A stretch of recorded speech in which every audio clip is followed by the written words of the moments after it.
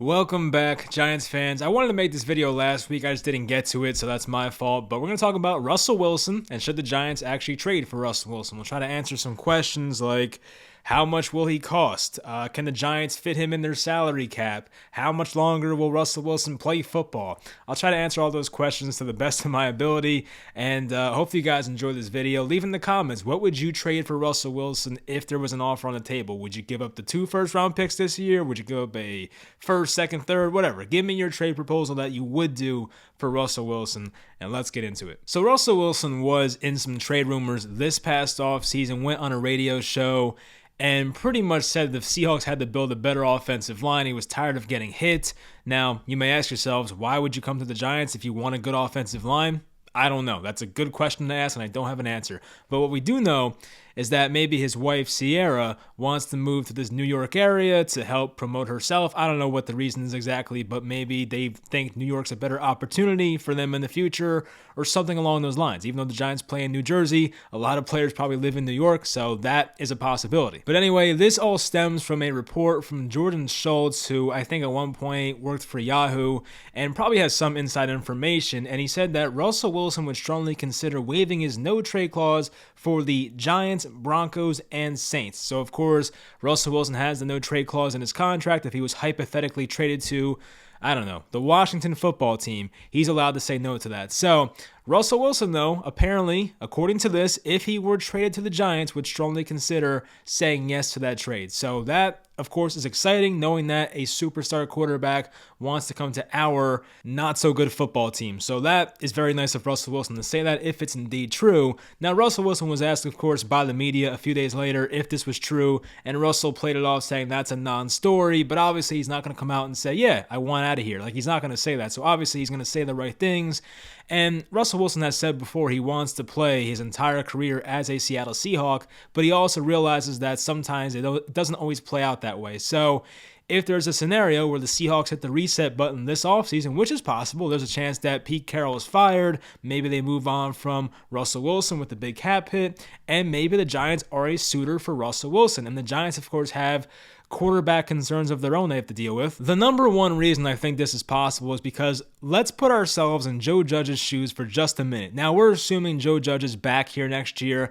I lean 60-40 Joe Judge is the Giants head coach in 2022. Do I like it? No, but it's probably the most likely outcome. We know Dave Gettleman's gone, probably going to be a new GM. So if you're Joe Judge entering year 3, you have a terrible record and you're already on the hot seat, do you trust Daniel Jones to help save your ass in year 3 of being a head coach?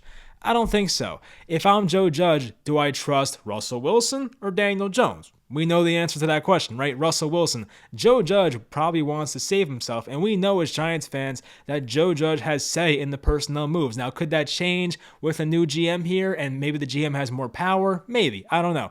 But Joe Judge does have a say in some of these moves right now, at least, and Joe Judge may say, hey, I don't care about the Giants in 2024, 2025. I might not be here, so let me trade some of these first-round picks to get Russell Wilson and ensure that we have a good year in 2022, and I get to keep my job even longer. Now, if Joe Judge had a good record this year and the Giants' record was reversed, let's say the Giants were 9-4 and Daniel Jones is playing well, then hey, you probably don't make this move. But the fact that Joe Judge is now on the hot seat, hey, maybe he's not even the head coach next year. I don't know. But this is a hypothetical. Let's say Joe Judge is back next year. He's not that dumb. He knows he's going to be on the hot seat. He might want to go for the superstar quarterback, and if he has to trade the future to get that, he might do it. It's going to come down to the GM and John Mara making that decision as well, but still, it's a possibility because we have a head coach who's going to want to save his job next year. And let's put ourselves in John Mara's shoes for a second as well. So move from Joe Judge's shoes to John Mara's shoes now. This is an owner that has seen really, really bad football for the past 5 seasons now. So they had the one good year in 2016, but outside of that, the Giants have been a bad football team really since like 2012. So if you're John Mara, you were desperate as hell to have wins. Just get wins. You don't care about the process. You don't care about building your football team the right way. Do I prefer the Giants build from the ground up and build through the draft? Yes, I do. But John Mara, who owns the team and has way more say than some schmuck like me, may actually say, hey, I want to win football games. Give me that Russell Wilson guy. I know he's good. So they might go that route as well. And as for the new GM, we don't know who that's going to be. It's probably not going to be Dave Gettleman. And if they have a new GM that wants to come in here and make a statement, he might say, hey, I'll trade for Russell Wilson. That's a great, first shot to take. Why not? So I don't know what's going to happen with the personnel moves. We don't know who the head coach is for sure. We don't know who the GM is for sure, obviously. We don't know if Daniel Jones is going to be back next year. We don't know any of this stuff. So this is a lot of speculation. But anyway, I want to talk about Russell Wilson and how much longer he's going to play football. Now, obviously, I don't know the exact answer to this question, but I go back to this quote that he had from 2019. He was on some show with, I think it was Jimmy Fallon. I get Jimmy Fallon and the other guy confused. Now I forget the other guy's name. There's Jimmy Fallon and Jimmy Kimmel. That's it. Jimmy Kimmel, Jimmy Fallon. I get them very confused. I think it was Jimmy Fallon, though. He was on a show with him, and Russell Wilson in 2019 says he wants to play for 10 or 15 more years. So Russell at that time was 31, 30. So this guy wants to play until he's 40, 45 years old. So let's say that's the case. Russell Wilson probably has 7 to 13-ish seasons left in his career. Now, can he play till that long? I have no idea. But Russell Wilson being a young 33 years old here, his birthday was November 29th.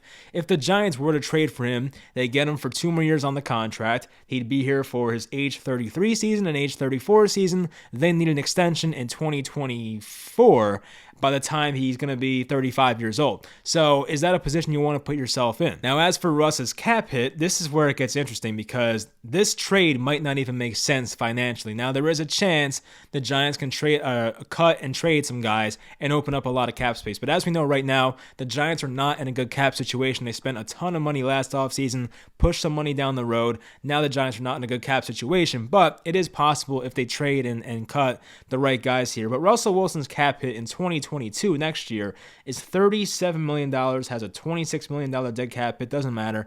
Then in 2023 has a $40 million cap hit and $13 million in dead cap. So if for some reason you had to cut Russell Wilson in 2 years, you could do it and actually save yourself a good amount of money. $27 million to be exact, because I could not do math on the fly, so I had to stop there. Anyway, could the Giants actually fit Russell Wilson's contract onto this team? Well, this was a tweet by NYG Daily before, a guy that I trust.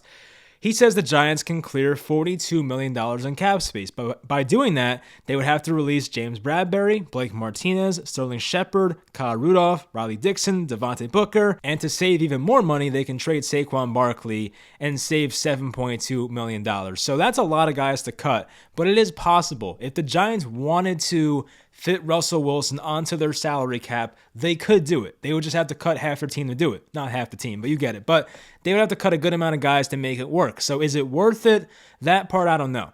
Now let's get to the trade offer. This is the part that really is the most impactful for me. If you said, hey, Mike, we'll offer you Russell Wilson for a 3rd-round pick, yeah, I'll take that in a heartbeat. But would I trade my 2 first-round picks this year for Russell Wilson? I would not. I am not giving the Seahawks the 2 first-round picks, the Giants and Chicago's. Now, if Seattle said, I want a 1st-round pick this year and then a 1st-round pick next year, then I'm thinking. Now, there was a guy in the stream I had with the Entertainer a couple days ago, had a perfect trade scenario. I was actually stumped. I was 50-50 on it. It was like a 2022 first-round pick, so this upcoming draft, 2022 first-round pick, a 2022 3rd-round pick, I believe, and a 2023 first-round pick, plus Daniel Jones. Doesn't really matter in this scenario. But anyway, would you trade a first-round pick this year and a first-round pick next year and a 3rd-round pick this year to acquire Russell Wilson? That really left me stumped, and I think that's a good offer. And if Seattle were to say no to that, I think you pretty much cut off all negotiations. Every man has a price.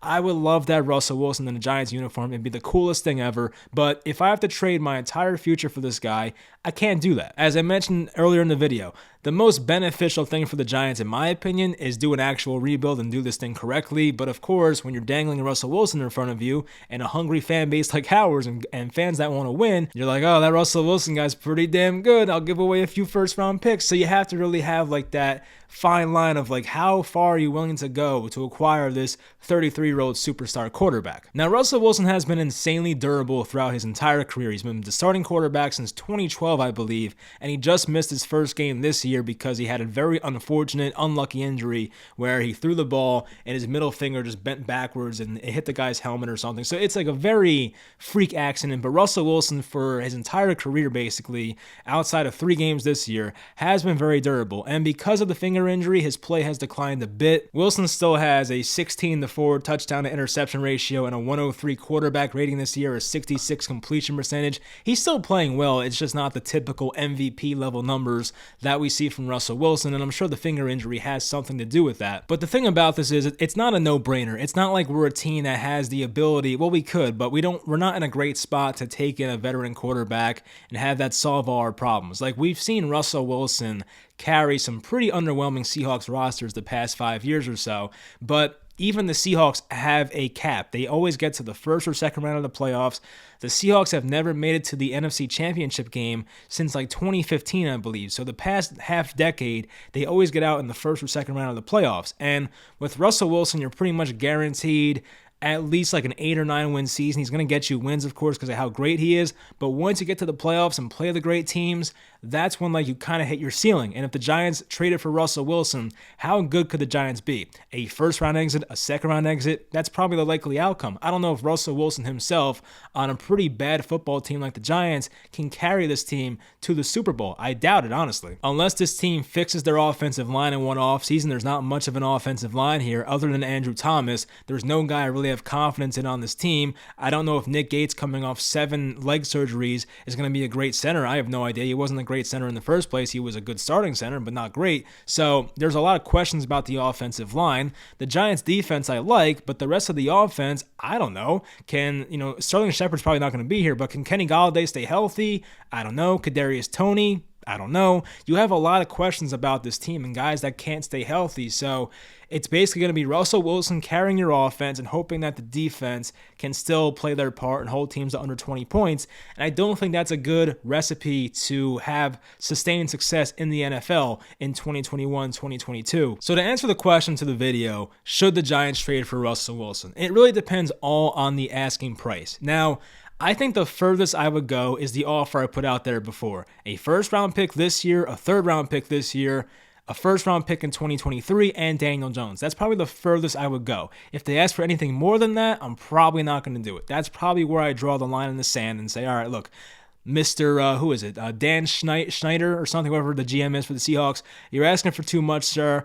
I can't accept that. This team is not in a position to take that offer. So that's probably where I draw the line in the sand. But if that was the offer, I probably do take it because Russell Wilson is so damn tempting. And I personally do believe, there's some fans that love to bring up his age and how old he is.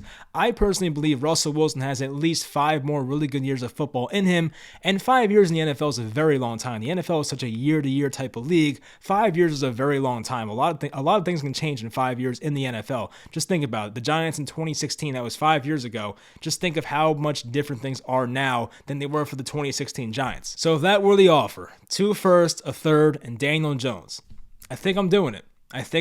But I'm not giving them the 2 firsts from this year. I want at least one of my firsts for this year. So if Seattle wants both 2022 first round picks, not for me. I'm not doing that. But if you want a 2022 first and a 2023 first, okay, we can do that. But here's the thing as well. Think about this. The Giants have 2 first-round picks this year and 2 third-round picks this year. So if you do that hypothetical trade, you still have a first-round pick and you still have a third-round pick. That's why the Giants trading back last year was so beneficial, because now they put themselves in a spot where, hey, if they do trade for a Russell Wilson, a Deshaun Watson, and Aaron Rodgers, whoever, in this case Russell Wilson, you're not giving up your entire draft. If they made that trade, the Giants still have a first, second, third-round pick. Like, they're still in a decent spot draft capital-wise. Yes, they would not have an extra first-round pick. Yes, they would be without their extra third-round pick, but you still get an elite quarterback in return.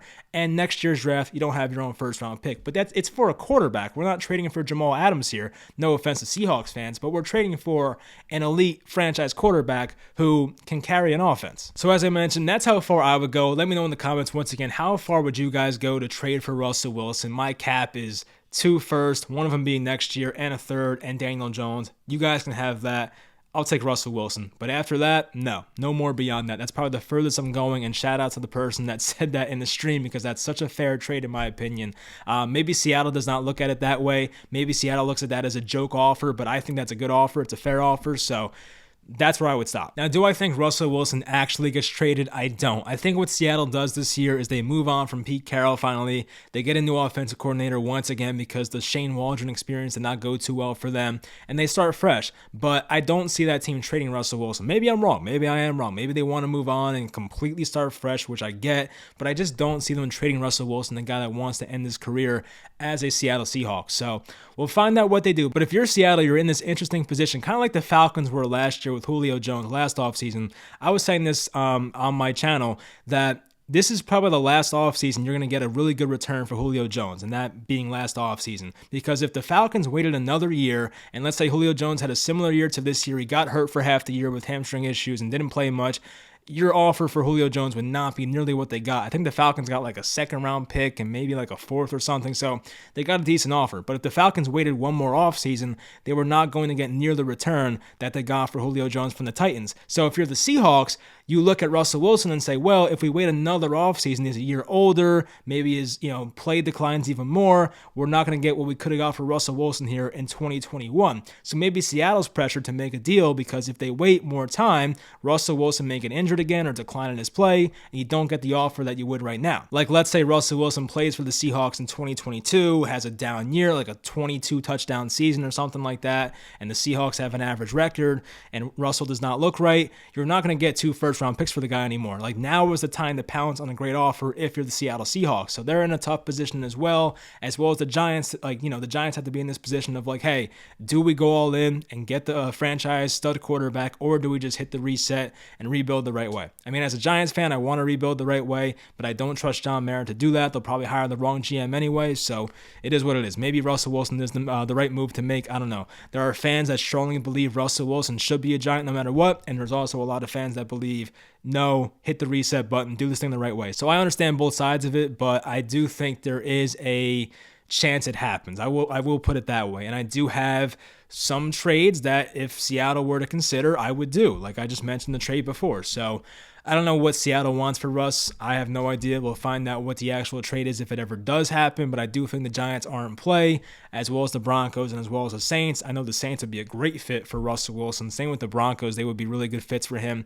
The Giants maybe not so much, but the Giants have the benefit of playing in the New York market, so that definitely helps us. So that's pretty much all we could offer, though. We don't have much else to offer, so that's pretty sad. But anyway, that's going to do it for the video. Hope you guys enjoyed.